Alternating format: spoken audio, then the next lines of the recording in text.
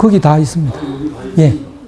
거기 다 있는데 다 있긴 한데 이제 너 자신을 알라 이런 거에 대한 그런 설명은 없이 그 내용은 다 있습니다. 예. 정말 너무 놀라가지고요. 그것도 있고 뭐 또 뭐 공화존물 뭐 이런 거 하여간 위대한 철학이 쫙 있고 당군 할아버지가 47명인데 초대 당군 할아버지 훈시 내용도 너무 좋습니다. 거기서 싸우지 말라는 소리를 자꾸 합니다. 싸우지 마라. 그러면 망한다. 편갈라 싸우고 이건 나라 망하는 길로 가는 겁니다. 그래서 아주 그런 당부를 하고요. 심지어 이런 말도 있습니다. 헌시짝도 짝이 있지 않더냐. 다 짝을 맺어라. 그리고 짝을 맺어서 남녀가 어떻게 해야 행복하게 사는지 딱딱딱 핵심을 다 짚어놨습니다. 너무 위대한 책을, 위대한 철학서죠. 그래서 이 세상에 있는 종교의 뿌리인 거죠. 뿌리. 그러면 이걸 알면 종교 간에 싸울 일이 없습니다. 다 하나로 통하게 되어 있기 때문에요.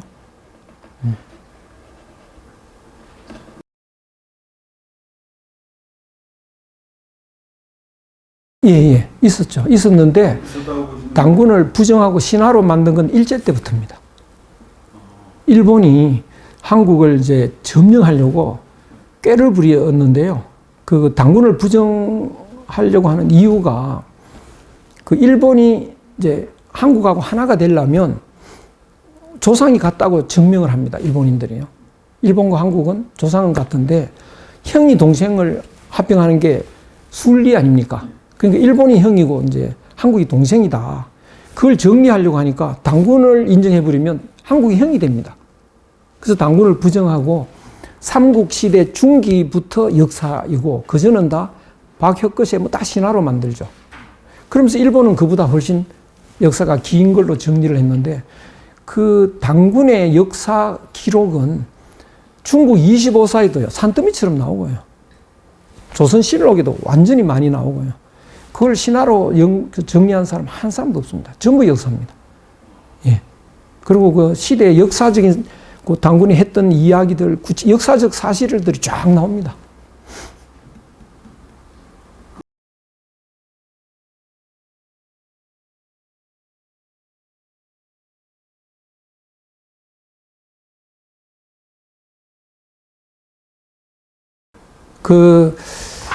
이 한국 사람이 머리가 비상한데요.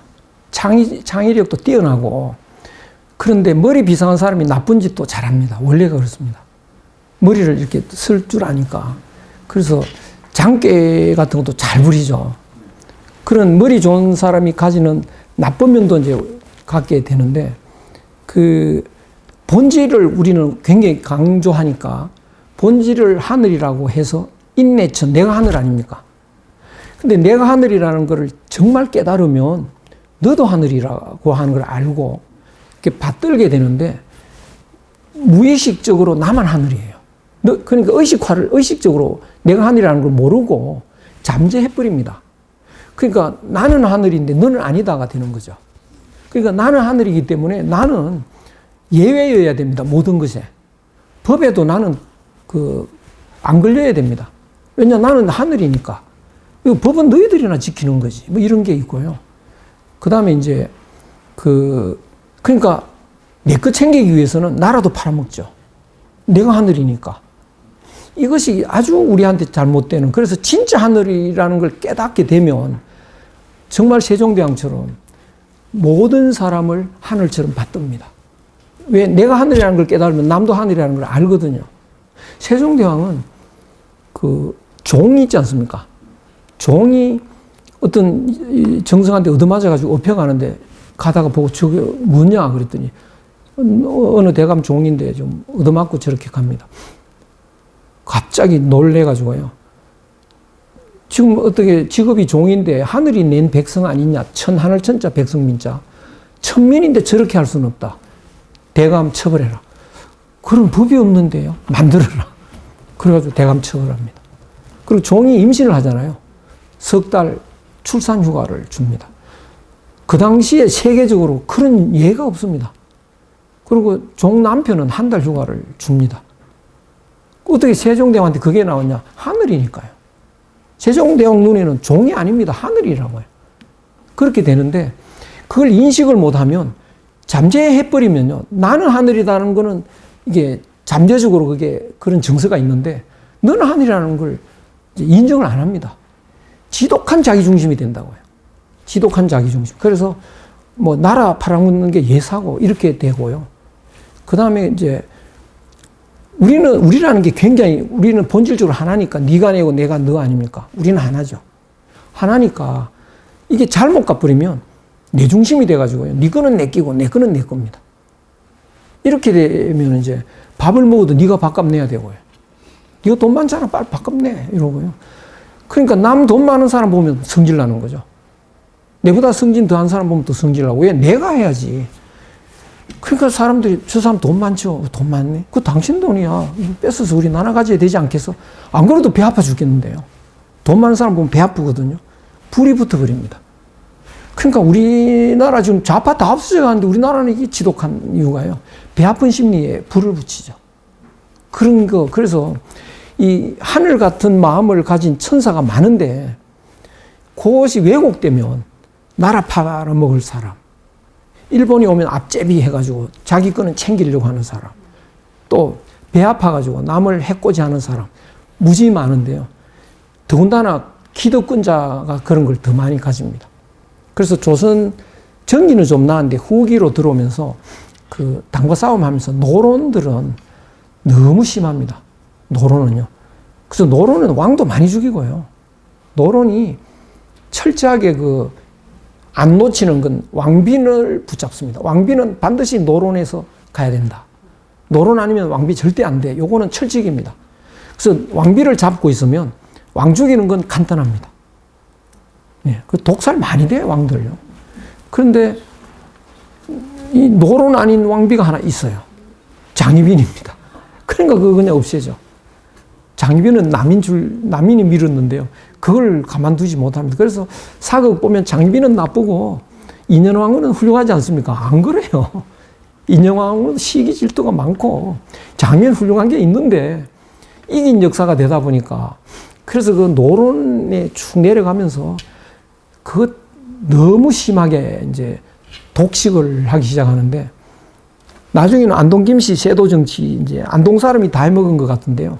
그 안동 김씨는 저 충청도 사람입니다. 안동 사람이 아니에요.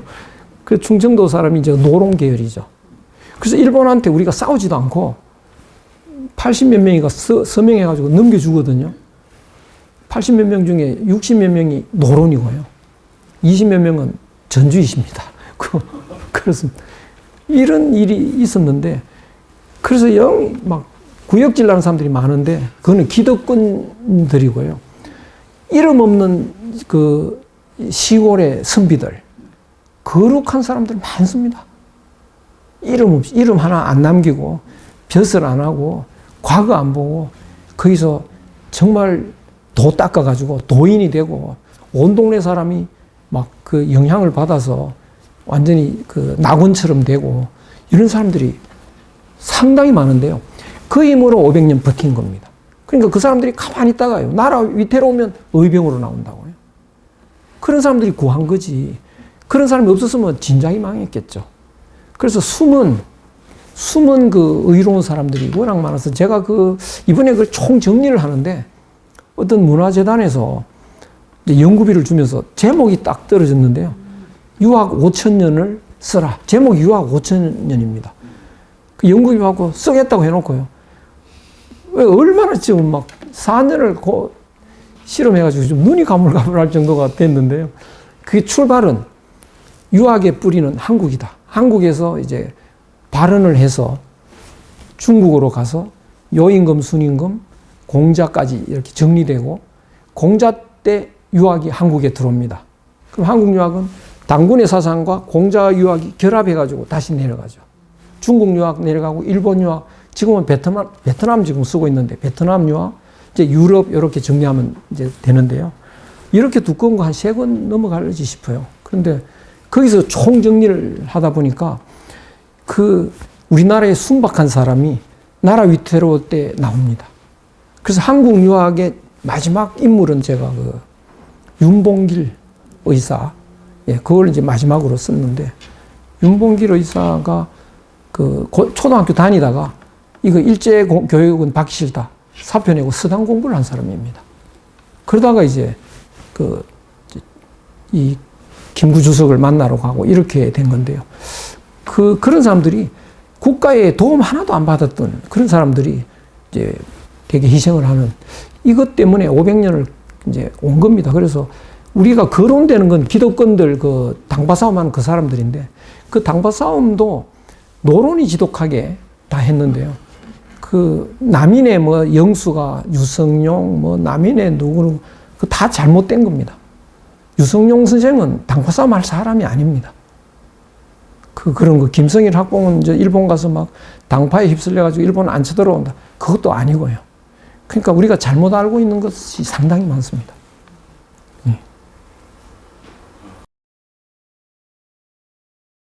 이제 가을에 나오겠죠. 지금 이제 베트남 서니까 이번 달에 이제 원고는 끝이 나고 윤문을 한 달 해야 되고 출판사 넘길 텐데요. 와, 너무 고생했습니다. 그래서 그거 아까 이성계 그것도 거기서 다 나왔습니다. 이번에 정리하면서. 그래서 5,000년 역사에서 보면 5,000년에서 2,500년까지는 한국이 이제 중심국이고 문화 중심국이고 공자 때부터 역전이 돼가지고 중국이 중심국이 됐습니다. 그래서 반반입니다. 그래서 우리 정서 속에 반은 중국을 무시하고요. 반은 중국을 또 바칩니다. 일본과 한국의 역사에서는 95%는 우리가 이제 주도 이제 문화국이고 일본이 한 5%도 안 됩니다. 한 2% 요거 이제 근래 100년이 우리가 당한 역사인데요. 그러니까 한국인들은 일본한테 한 95%는 일본을 무시하고요. 약간은 부러워합니다. 그 역사가 딱 그렇게 되어 있습니다.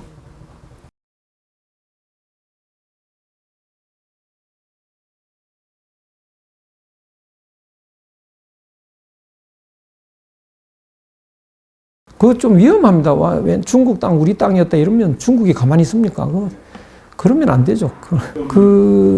베트남 유학을 좀 쓰고 있는데 베트남은 우리 민족이더라고요, 보니까. 옛날 18대 이어온 왕조가 있는데 18대 이은 그 왕조 이름이 환웅할 때 웅자고요. 또 우리의 맥족이라는 게 서쪽으로 갔거든요. 그리고 서남쪽으로 가서 이제 베트남으로 가고 또 북쪽으로 가면 흉노 이쪽으로 가고 이랬는데 이 장군을 맥자를 쓰고요. 또 이 제후를 정성을 맥상 이런 식으로 쓰는데 우리하고 그리고 유전자도 우리하고 제일 닮았대요.